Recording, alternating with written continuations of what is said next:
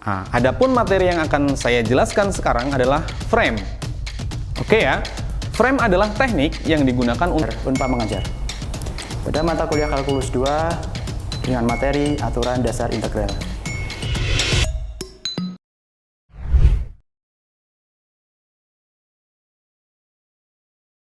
Assalamualaikum warahmatullahi wabarakatuh. Selamat berjumpa kembali dalam program Ujar, Unpam Mengajar. Perkenalkan, saya Muhammad Awaludin, dosen program Studi Teknik Mesin S1, Fakultas Teknik Universitas Pamulang. Saya akan menemani Anda dalam mendalami dan mempelajari materi mata kuliah Kalkulus 2. Jadi, tetap ikuti program ini dan jangan sampai terlewatkan. Tonton terus di SGTV, berbagi untuk negeri.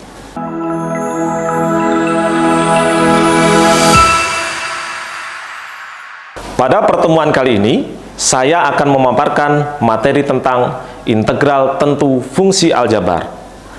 Dengan mempelajari materi ini, Anda nantinya diharapkan mampu menyelesaikan persoalan integral tentu fungsi aljabar.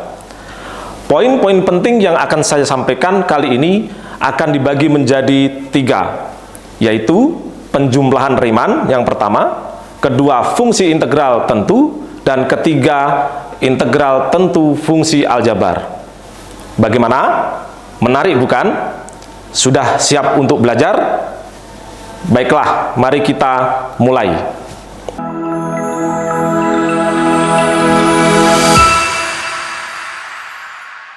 Kembali lagi bersama saya dalam program Ujar, Unpam Mengajar. Mata kuliah Kalkulus 2 dalam materi integral tentu fungsi aljabar. Sebelum membahas materi lebih dalam, kita harus mengetahui dulu definisi dari penjumlahan Riemann. Penjumlahan Riemann merupakan salah satu metode untuk menentukan luas daerah yang dibatasi oleh kurva pada interval tertentu. Dengan menggunakan pendekatan nilai luas beberapa persegi panjang sebagai interval-interval dari luas daerah yang dicari. Konsep dasar penjumlahan Riemann dirumuskan sebagai berikut, di mana fungsi X adalah fungsi yang diketahui, N adalah banyak subinterval atau banyaknya persegi panjang yang terbentuk. Delta X, I, merupakan lebar interval ke I. XI merupakan titik subinterval ke I. Titik subinterval dibagi menjadi 3 jenis, yaitu pertama, titik ujung kiri subinterval. Kedua, titik ujung kanan subinterval. Dan titik tengah subinterval, di mana setiap jenis titik interval tersebut memberikan hasil yang berbeda.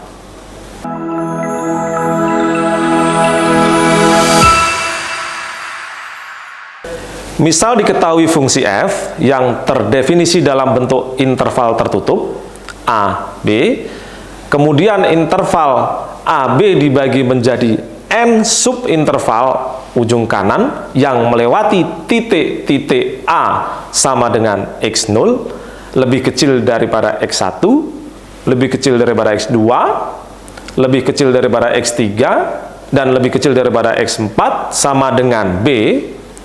Delta XI sama dengan XI dikurangi XI minus 1. Dan N sama dengan 4. Maka, untuk menentukan luas daerah yang dibatasi oleh kurva Y sama dengan Fx, garis X0 sama dengan A dan X4 sama dengan B, diuraikan melalui sketsa berikut. Selanjutnya kita akan membahas tentang definisi integral tentu.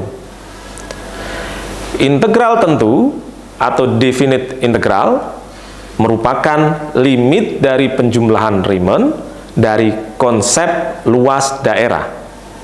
Jika P merupakan partisi yang lebarnya dinyatakan oleh delta XI sama dengan XI dikurangi XI minus 1, sedangkan X min I titik sampel pada interval ke I dan panjang P yang merupakan norma P yang menyatakan panjang interval bagian terpanjang dari partisi P, maka limit penjumlahan Riemann untuk N mendekati tak hingga atau panjang P mendekati 0 dapat dinyatakan dalam bentuk sebagai berikut.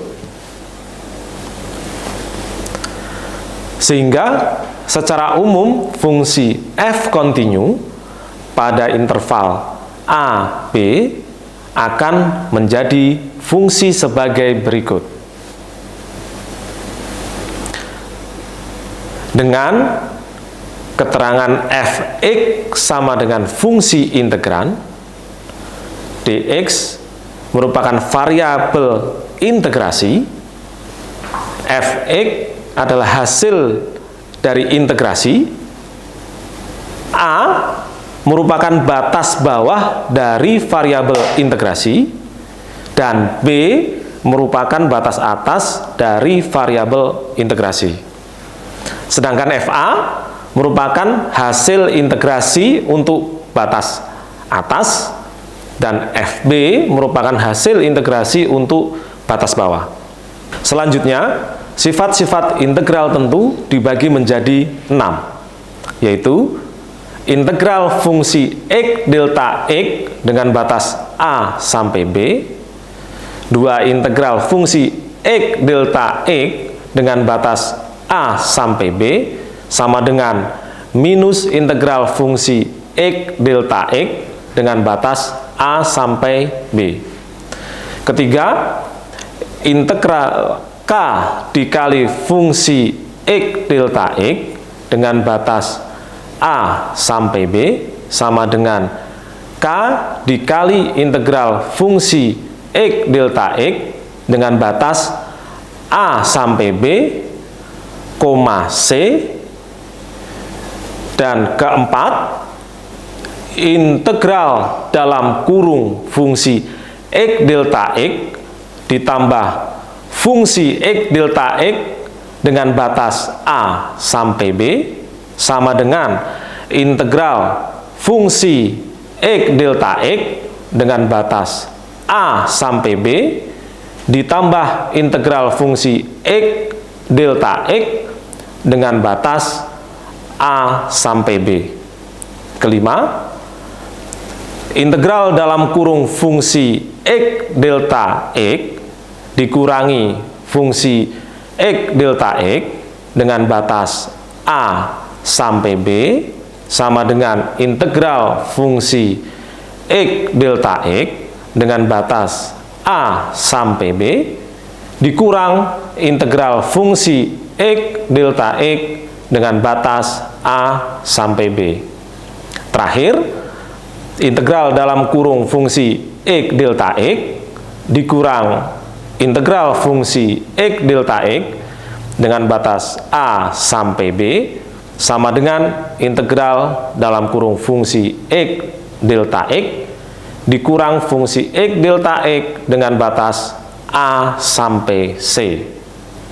Kemudian ditambah integral dalam kurung fungsi x delta x dikurang fungsi x delta x dengan batas c sampai b, di mana a lebih kecil daripada b dan lebih kecil daripada nilai c.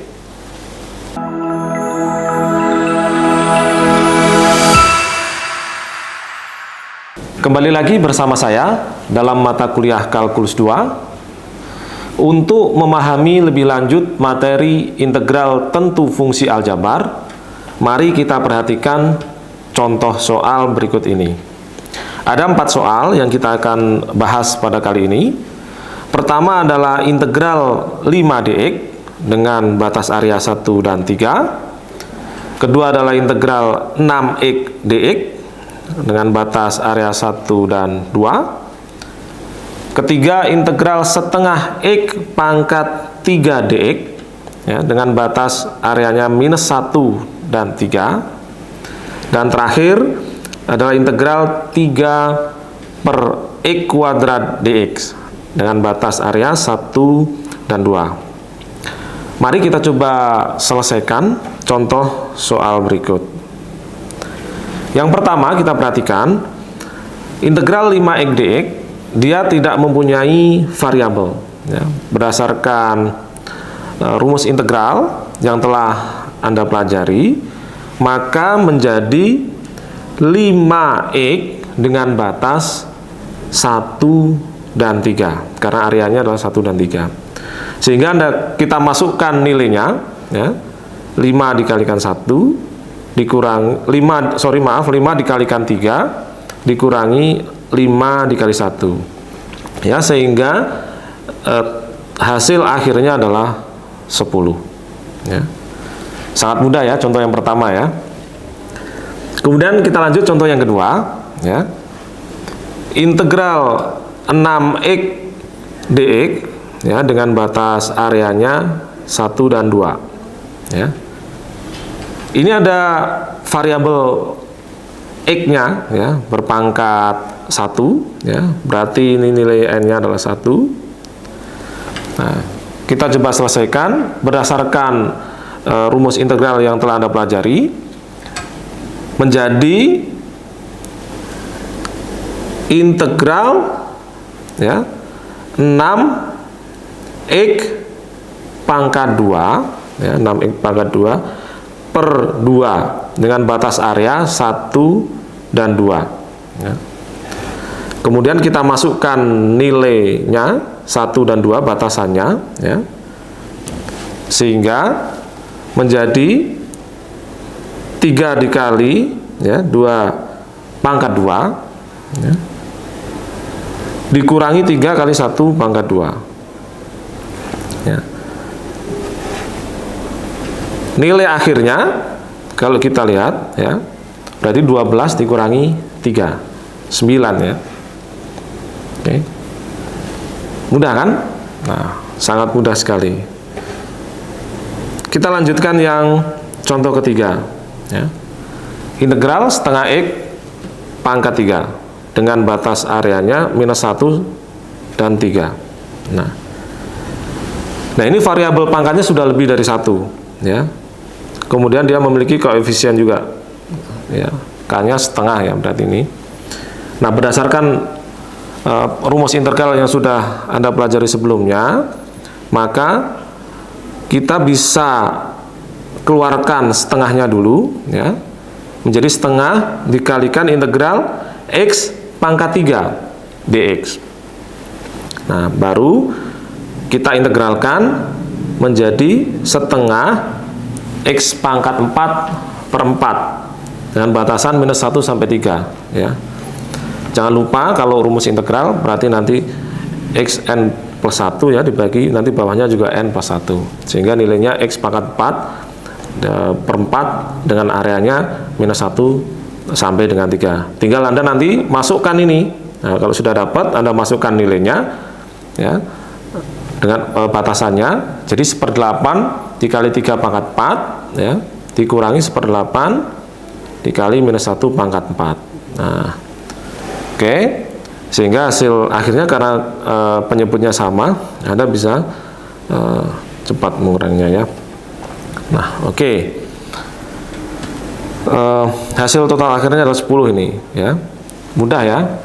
Untuk menyelesaikan soal nomor 4 dengan integral 3/2 X kuadrat dx dengan batas area 1 dan 2 ya, kita ubah dulu pangkat 1/x2 nya menjadi 3x pangkat minus 2.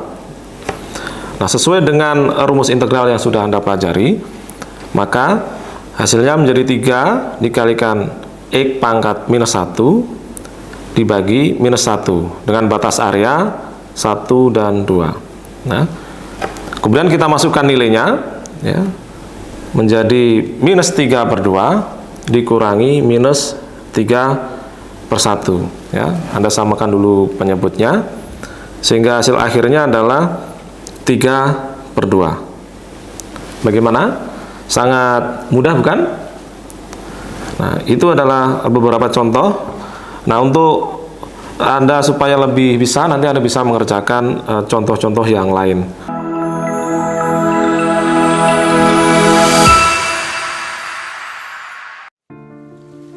Jutaan manusia telah dan masih berjuang melawan COVID-19 di Indonesia. Banyak yang selamat, tapi ada yang meninggalkan kita. Bukan untuk menunggu giliran, tapi bagaimana untuk terus bertahan, menjaga kesehatan.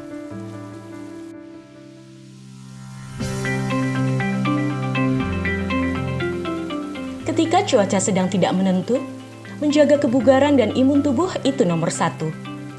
Lihat Tora, selalu semangat menggapai impian dengan tetap menerapkan protokol kesehatan dimanapun dia berada.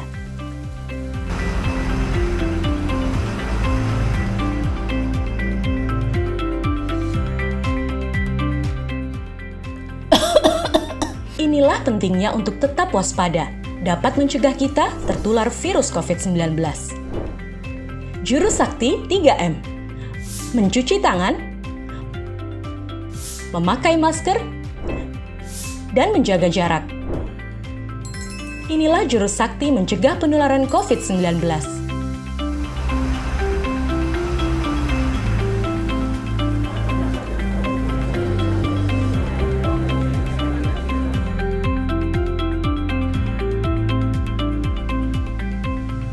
Selalu lakukan 3M dimanapun kita berada, baik di area publik maupun di tempat kerja.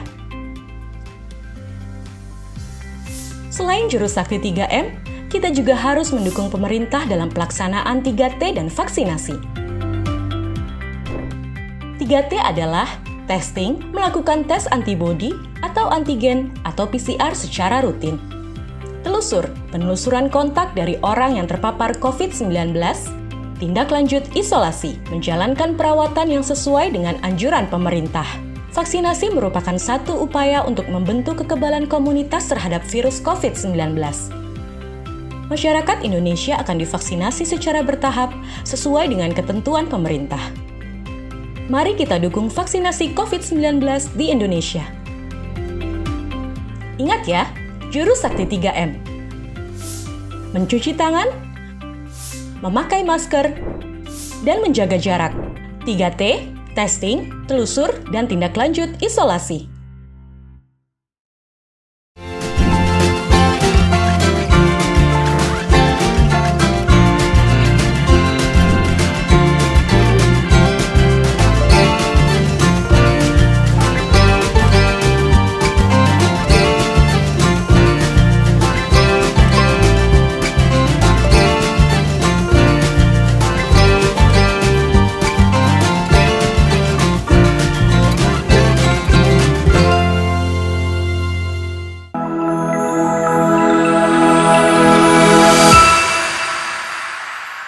Baiklah teman-teman mahasiswa, dari materi yang telah saya sampaikan tadi, dapat disimpulkan bahwa untuk dapat menyelesaikan integral tentu fungsi aljabar akan mudah dikerjakan ketika kita sudah mengetahui dan memahami rumus dasar integral tentu fungsi aljabar, dan tentu saja aturan integral secara umum seperti yang sudah dijelaskan di pertemuan sebelumnya.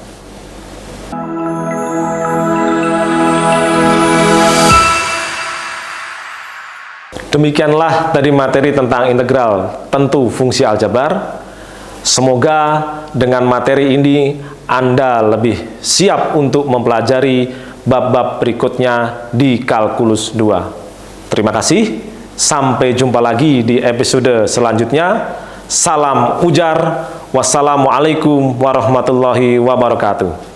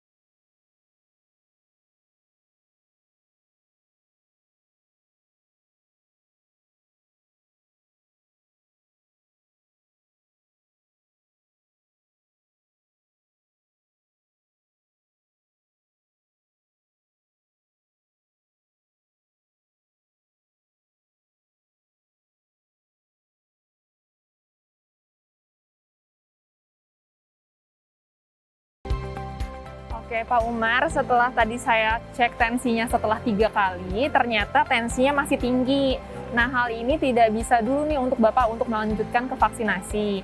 Sekarang saran dari kami, Bapak pergi dulu kontrol ke dokter untuk mendapatkan pengobatan untuk darah tingginya. Nanti kita tunggu 3 hari Bapak kembali lagi ke sini, semoga tensinya sudah.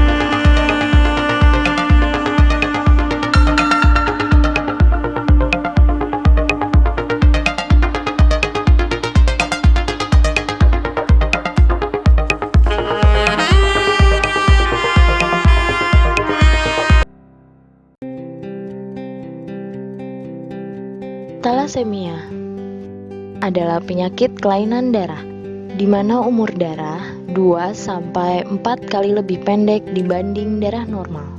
Penyebabnya karena hemoglobin tidak terbentuk dengan sempurna, sehingga sel darah merah menjadi mudah rusak dan penderita mengalami kekurangan darah. Akibatnya, penderita harus mendapat transfusi darah secara rutin selama seumur hidup.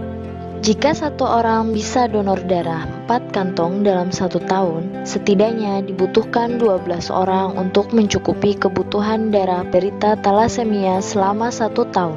Faktanya, setiap 250 ml darah yang ditransfusikan akan membawa sekitar 250 mg zat besi, sedangkan untuk kebutuhan normal tubuh hanya 1-2 mg per hari.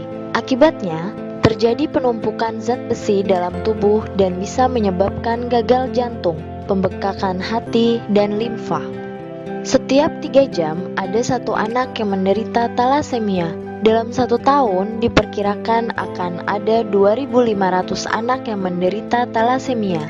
Angka ini akan terus bertambah setiap tahunnya. Diperkirakan tahun 2020 nanti lebih dari 20.000 anak Indonesia menderita thalassemia. Ini 2 kali lipat dari jumlah kelahiran bayi di Indonesia setiap hari, atau hampir 4 kali lipat dari jumlah penderita thalassemia saat ini.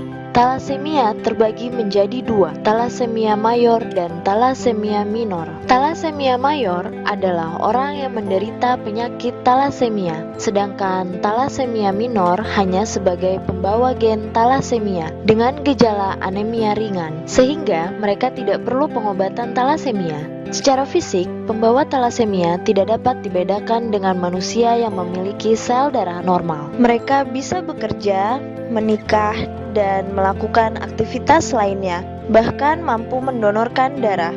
Talasemia bisa dicegah dengan cara menghindari pernikahan sesama pembawa talasemia.